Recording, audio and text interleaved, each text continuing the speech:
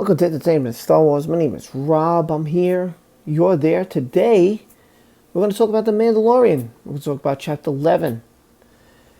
And before we do that, I want to just mention in Chapter 10, there was something I didn't cover. The planet, the icy planet he was on, actually, I should say the last live stream.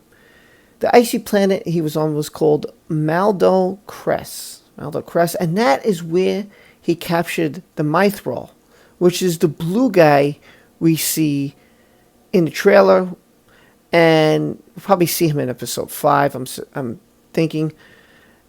And we also see him in episode 1 of the first season. Well, I didn't know that. That's the name of the planet. It's not Hoth or anything like that. Just to let you know. It's called Maldo Cress.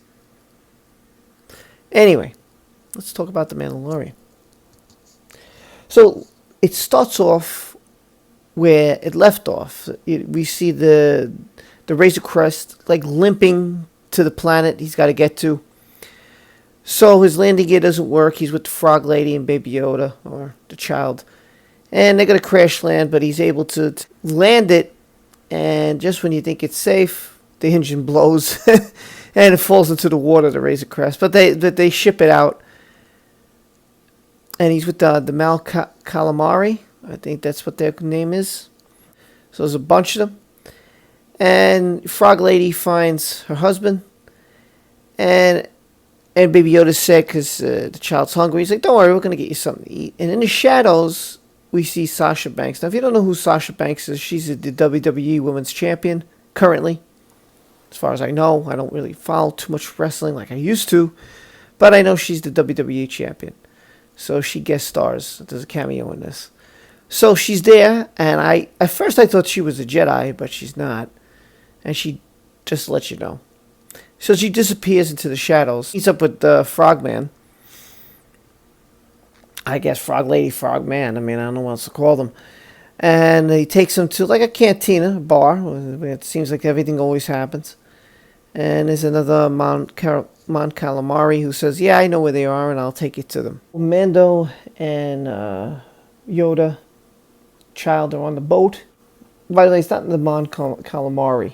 It's a different species. It's called a Karen with a Q, Q-U-A-R-R-E-N, Karen.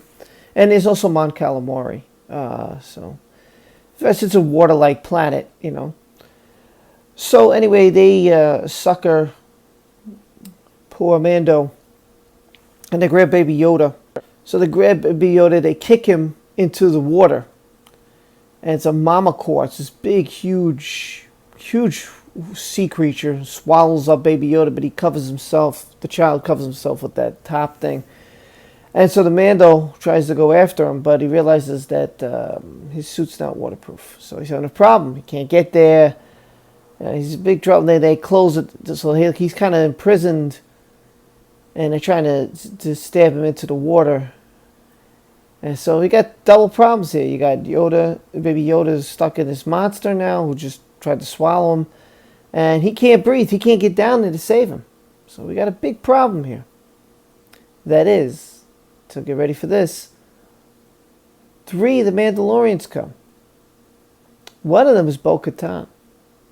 The other one is Sasha Banks, and that's not really her name. Her name, by the way, is Mercedes Varnado. That's her name, Mercedes Varnado. So why she doesn't name herself Mercedes, which is a pretty cool name, it's like a car, you know.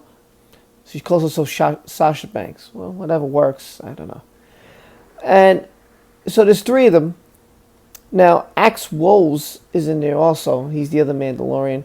And Mercedes, or Sasha Banks, or whatever you want to name her, she plays Koska Reeves.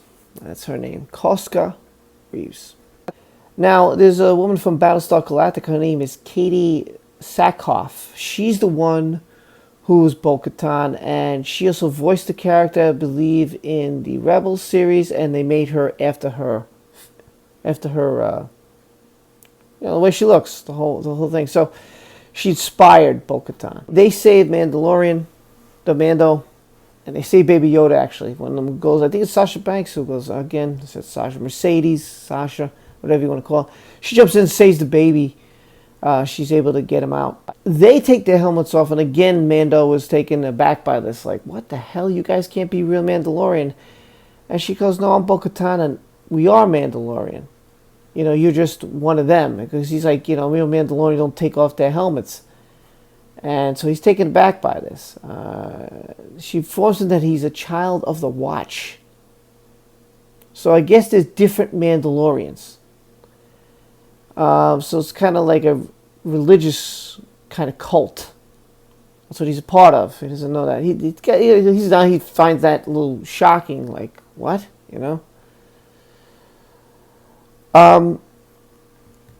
So he's a little upset. And he flies off. He leaves. I don't even know. I remember he thanked them. He thanked them. But he takes off from the ship. They kill all the Quarren. They save Mando and the baby.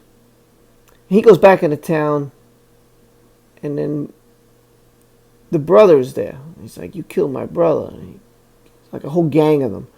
And he's just like, just listen, just let me pass. I'm like, no, man, let you pass. You killed my brother, bro. So he realizes, oh, man, I'm not out of this yet. And guess who comes to save him yet again but Bo-Katan and the crew. So she makes him an offer. She says, because he's looking for the Jedi.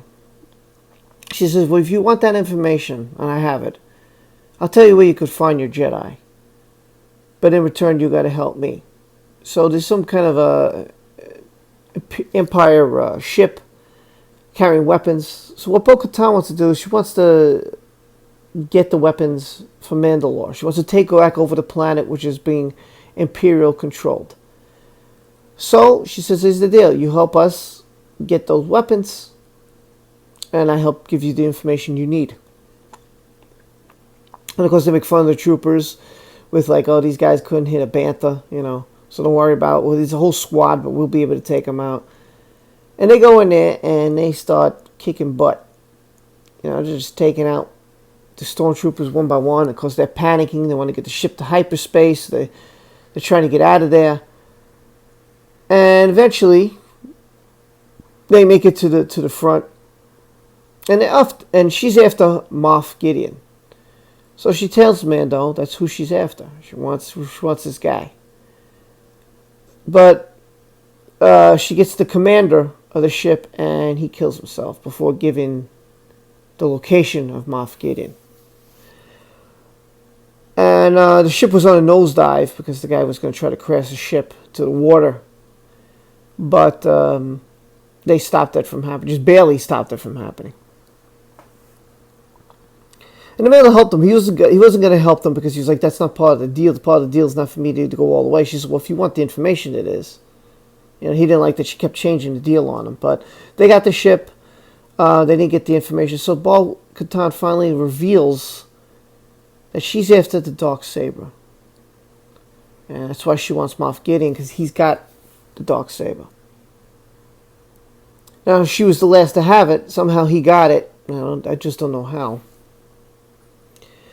So then she reveals, and get ready for this, she reveals the Jedi to him, because he helped do everything she asked for. She also told him that he can join them whenever he wants to. There's an open invitation. So he says, no, I got a mission. I have to get this child to the Jedi. So she says, well, you're looking for Ahsoka Tano. And she's on this planet. I don't remember the name of the planet. So that's where he's got to go next. And his next mission is to go see Ahsoka Tano. Now, if you remember, Ahsoka Tano is not a Jedi. Right? She even tells Darth Vader that. Because during their battle in Rebels, the end of Season 2, Vader goes, that's not the Jedi way. And she lights up her lightsabers and she says, I'm no Jedi. But Bo-Katan doesn't know. You have a lightsaber. She's assuming you're a Jedi. And he doesn't know either.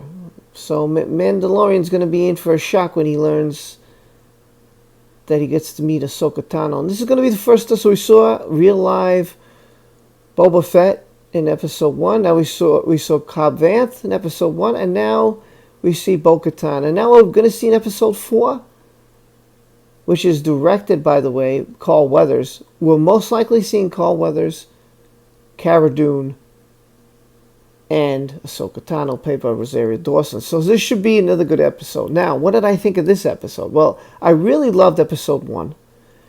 Episode 2 was okay. It was okay. It was a filler. You know, it was okay with the spiders and all that. It was cool. But this episode, I loved it. Seeing the Mandalorians yet again was exciting. See Bo-Katan. You know, I think people were worried that it was going to be too much overkill, too many characters, but they seem to be playing their cards right here. I like where it's going. I like the direction it's going in. I really enjoyed this episode. I thought this was a great episode. I mean, it's predictable that they were going to take out the troopers so easily. You know, that's the only thing I don't like. I wish, like, they make it more tougher. But again, you're trying to squeeze it into a 30-minute episode. Now, I don't know why they don't extend the episode and make it, you know, just make it longer. You don't have to rush and try to pack everything in.